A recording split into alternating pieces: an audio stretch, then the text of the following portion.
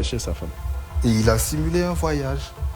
C'est à son retour qu'il les a surpris dans son salon. Il s'est saisi d'un couteau et dans sa colère noire là, il a piqué le jeune homme dans son cou.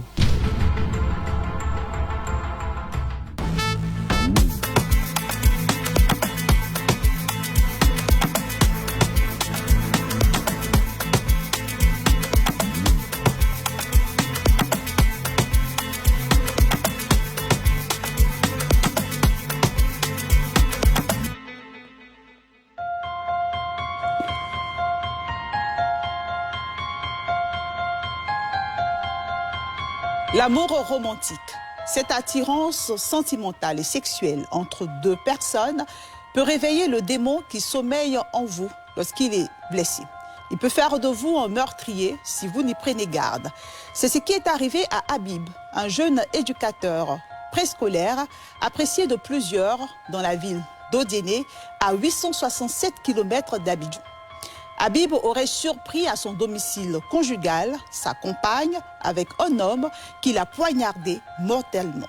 S'agit-il réellement d'un flagrant délit d'adultère ou d'une méprise de la part d'un époux aveuglé par la jalousie?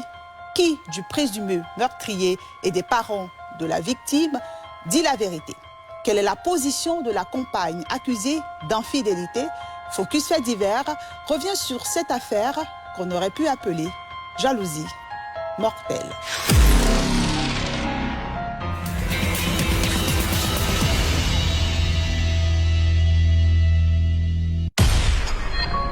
Décembre 2022.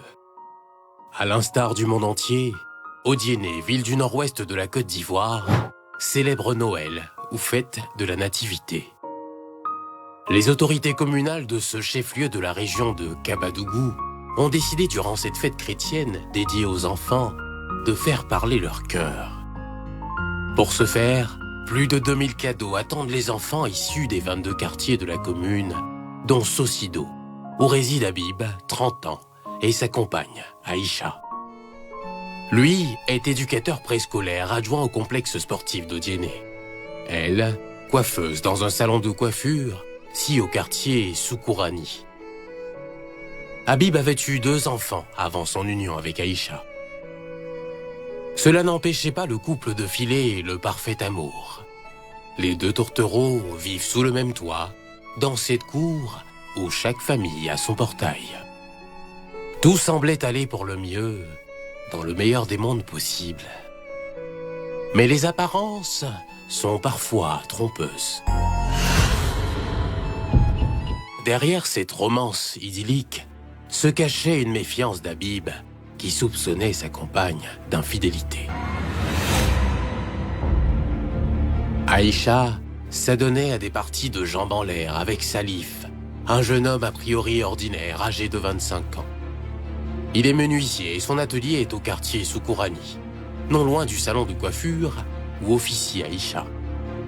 Salif et Aïcha auraient été retrouvés à plusieurs reprises dans des situations inconfortables de petits amoureux dans des endroits chauds de la ville. Des accusations qu'Aïcha nie en bloc.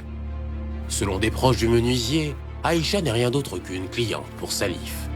Du reste, poursuivent-ils, le menuisier Salif a mieux à faire en s'occupant de sa propre compagne enceinte que de compter fleurettes à la femme d'autrui.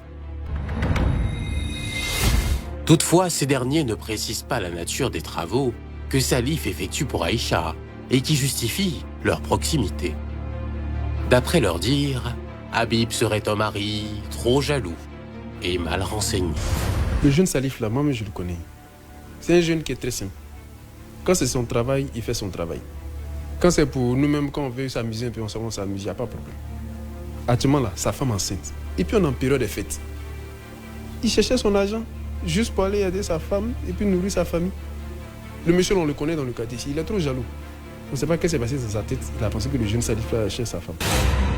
Ainsi va l'existence tumultueuse du couple Habib et Aïcha, jusqu'à la date fatidique du dimanche 25 décembre 2022. La veille, samedi 24 décembre, Habib avait indiqué à sa compagne qu'il effectuait une mission hors de la ville pour 3 jours. Il aurait bien voulu faire la fête de la nativité avec sa compagne. Mais pour des contraintes professionnelles, il devait s'absenter malgré lui. Le couple décide alors de célébrer ensemble la Saint-Sylvestre. Salif se serait rendu chez son ami et se serait rendu compte qu'il n'était pas là. Sa femme aussi lui aurait confirmé que son mari était en mission et qu'il reviendrait le mardi 27 décembre. Ensuite, les deux amants se seraient installés au salon pour fêter la Noël ensemble comme tout bon amoureux et se sont amourachés. Après un festin, les deux amants s'entrelacent. Les tourtereaux oublient de fermer les portes, convaincus que personne ne viendra les déranger. Salif et Aïcha remettent le couvert le lendemain, dimanche 25 décembre 2022. Ils n'ont aucune crainte. Loin des regards indiscrets, aucun soupçon ne pèse sur eux, car ils sont au domicile de l'éducateur préscolaire et non dans un lieu suspect. Il est 23h. Baisers langoureux, câlins et préliminaires se poursuivent. Enivrés par leurs émois amoureux, les deux amants n'y vont pas de main morte pour vivre leur passion commune. Contre toute attente, l'éducateur préscolaire débarque chez lui. Le soir du crime, le mari de la dame est rentré plus tôt que prévu. Il était environ 23h quand le monsieur est rentré chez lui. Et la dame avait tout arrangé, hein. Tout était apprêté pour la circonstance. Et le monsieur, quand il a franchi le seuil de son séjour là, il les a surpris en plein débat sexuel. Et là, il est rentré dans une colère noire. C'est là qu'il a crié sur ce Salif là. Il lui a dit, donc c'est toi qui me cocufie d'habitude, c'est toi qui va avec ma femme. Et tu as eu le culot de venir le faire jusqu'à chez moi aujourd'hui. Seule Aïcha, la compagne d'Habib que nous n'avons pas pu joindre, peut confirmer ou démentir cette accusation de son homme. Quant à Salif l'amant, il n'aura pas eu le temps de s'habiller que le mari se jette sur lui. Une bagarre éclate. Après les premiers coups de poing de part et d'autre, le mari cocufié se saisit d'un grand couteau de cuisine et poignarde à plusieurs reprises le menuisier. Les éclaboussures de sang sur les murs et les traces de lutte dénotent de la brutalité de ce combat. Il s'est saisi d'un couteau et dans sa colère noire là, il a piqué le jeune homme dans son cou. Le jeune homme aussi, il n'est pas mort sur le coup, hein. Il a pu sortir de la maison tout ensanglanté là. Il était en train de vraiment essayer de fuir et malheureusement pour lui, il est tombé à quelques pas de la maison. Je crois qu'il y a une église juste à côté là. Il est tombé devant le portail. C'était devant le portail là que les gens l'ont vu, ils ont essayé de l'aider, des gens de bonne volonté sont venus. Malheureusement, il a succombé à ces blessures là et c'est là qu'il a rendu l'âme. Après son forfait, Habib fait montre d'un sang-froid déconcertant. Il prend son téléphone et appelle la police pour avouer son crime. C'est sans compter sur la colère des passants, voisins et proches de Salif. Dans une rage noire, ils veulent en finir avec Habib. La tension est vive et un autre drame n'est pas loin. L'éducateur préscolaire échappe à un lynchage grâce à un détachement de la police. En pénétrant sur les lieux du crime, les policiers étaient loin de s'imaginer qu'ils tomberaient sur une scène de crime d'une très grande violence. Les secours sont immédiatement envoyés sur place, mais il n'y aura plus rien à faire, plus rien à sauver. Couché dans une mare de sang avec plusieurs orifices et des traces de violence sur le corps, Salif a rendu l'âme. Au regard des blessures, cela ne fait aucun doute qu'il s'agit d'un meurtre. Le mobile semble être l'infidélité de la compagne d'Habib et la réaction vigoureuse de ce dernier. Outre les déclarations d'Habib, la conclusion semble s'imposer d'elle-même. Le crime a-t-il été prémédité ou relève-t-il d'un acte spontané survenu au cours de la bagarre? Comme il est de forte corpulence par rapport au jeune menuisier, il n'a pas préconisé l'option la meilleure, celle d'appeler la police, les autorités compétentes. Il est tombé sur le jeune avec le couteau et s'en est suivi le drame. Habib aurait-il pu faire preuve de retenue face à cette situation ô combien humiliante? Peut-on parler de légitime défense dans ce cas? On ne voit pas même la transversalité, le caractère proportionnel pour pouvoir qualifier de légitime défense. Parce qu'il n'y avait pas un danger imminent qui montrait le caractère injuste au fait. Donc, si on pousse la transversalité de l'acte de riposte, il n'y a pas établissement de légitime défense. Le contraste est éloquent car dans cette région de la Côte d'Ivoire, les populations sont connues comme étant très conservatrices et respectueuses des valeurs religieuses et morales. Courtiser la femme d'autrui y est considéré comme une faute très lourde. Ici à Odiéné, les populations sont généralement des musulmans. Il n'y a que les fonctionnaires venus d'autres régions qui sont des chrétiens. Et aussi bien chez les musulmans que chez d'autres peuples qui sont conservateurs comme les Odiénékas, l'adultère est un péché grave. Habib et sa compagne sont interpellés puis entendus au commissariat de la police d'Odiéné. Aïcha fait profil bas face aux accusations de son mari. Au cœur du scandale, elle est dévastée par ce drame qui s'est joué là, sous ses yeux. Les sentiments de gêne et de culpabilité la poussent certainement à ne pas témoigner. Sa réputation est plus que jamais ternie dans cette ville en raison de sa relation très ambiguë avec Salif, qui a abouti au meurtre de ce dernier.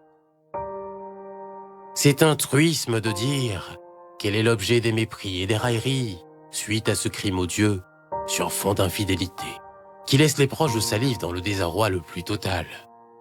Leur douleur est encore trop vive, mais ils restent campés sur leur position. Celle selon laquelle Salif ferait des travaux de menuiserie pour la femme d'Habib. Ils ont du mal à imaginer que leur fils puisse aller cocufier l'enseignant jusqu'à son domicile. Ce qui, pour d'autres, paraît être une évidence. C'est vrai qu'il y a une perte en vie humaine, c'est vrai qu'il y a eu mort d'homme. Et je me prosterne devant la dépouille. C'est encore chaud dans nos esprits. Mais il faut que les choses soient claires. Tu ne peux pas venir chez le monsieur ou bien chez la femme à une heure aussi tardive, 23 heures. C'est pas à 23 heures on va récupérer son argent chez la femme de quelqu'un qui nous doit de l'argent. Bon, je ne crois même pas à cette histoire-là, c'est vraiment bizarre. Quant à Habib, le présumé tueur, il paie le prix fort de son acte. Pour cet homme dont tous parlaient en des termes élogieux, c'est le début de la dérive. Une descente aux enfers encore difficile pour ses deux enfants dont il devra se séparer. Les parents d'Habib fondent leur espoir sur l'alliance ethnique entre la victime et le tueur présumé. Tous deux seraient originaires de deux grands groupes ethniques du Nord, selon cette source. Les alliances interethniques entre ces deux peuples est vraiment, on va dire, respectée. Et selon plusieurs sources, il y a des tractations souterraines pour que le problème soit résolu à l'amiable. Donc voilà pourquoi est-ce que c'est difficile vraiment pour nous de se prononcer là-dessus et puis vraiment de chercher à trancher. Difficile tout de même d'expliquer aux enfants d'Habib l'absence prolongée de leur père ou de leur faire oublier cette funeste soirée du 25 décembre 2022. Un soir où ils étaient censés recevoir des cadeaux du Père Noël.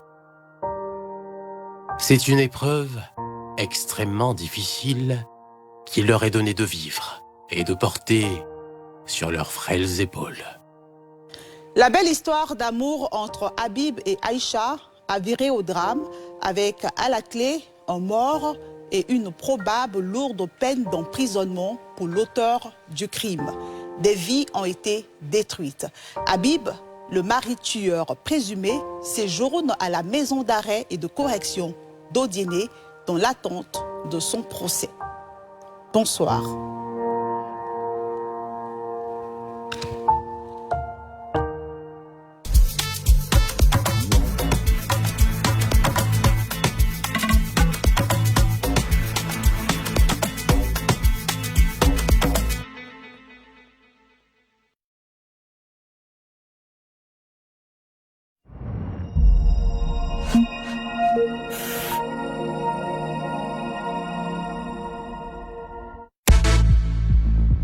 Deux colocataires unis par le hasard. Tu ne voleras point